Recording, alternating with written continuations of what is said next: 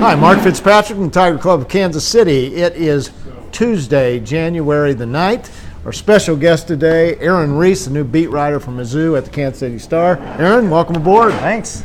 So tell us your impressions of the football season now that we've wrapped it up and the kind of progress that the Tigers made. You know, I really thought when I started the job at Barry Odom, I was going to have to cover whoever the new head coach was going to be. And it looked that way even for a couple more weeks afterwards.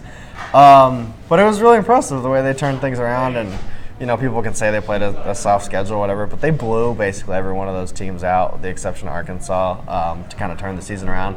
And, you know, I mean, every other team had the chance to do the same in a weak SEC or whatever, although the two teams in the championship are SEC teams.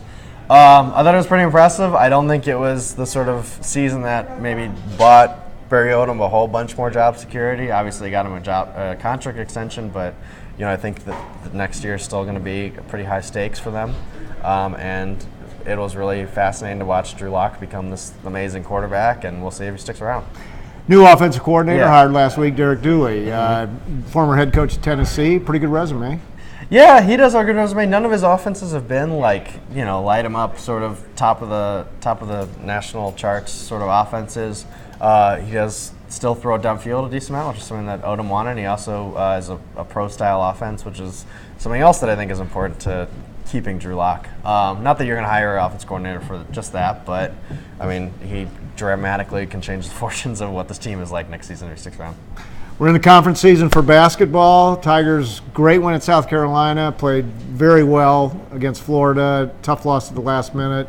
How do you see the season playing out? We'll see. I think that the most interesting thing to me is like what Jordan Barnett and Cassius Robertson play like the rest of the year. Because one, I mean, there's going to be the go-to people on offense, but two, I mean, are they going to be able to continue to carry this load? Barnett has barely sat the past couple games. Cassius has barely sat all season. So that'll be interesting, kind of how they adjust to dealing with the point guard. Does Cassius go back to handling the ball more, or do they continue to rely on Jordan Geist and a bit more on Terrence Phillips?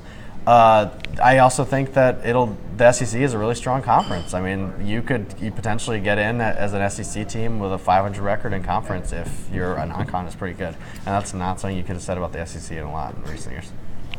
Wanted to ask you a final question. Mizzou women's basketball, great win on Sunday against number 4 South Carolina. Tigers up to 12th in the nation. I got to think Sophie Cunningham's getting some consideration, certainly All-American honors, maybe even National Player of the Year, the way she's playing. Yeah, potentially.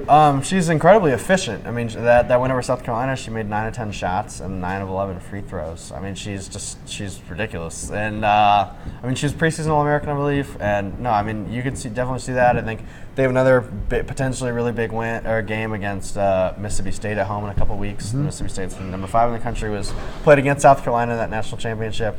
If they are able to win that, I mean, you could see them surpass the highest ranking in program history, which I think is 7, and that was like in the 80s. So, and Sophie's going to have another year after that. No shortage of challenges in the SEC in any sport. Not. So, Aaron, thank you for coming by. Come up anytime. Hey, next week, folks, our guest speaker will be Jeff Passan of Yahoo Sports. For more information, check us out at kctigerclub.com or follow us on Twitter at kctigerclub.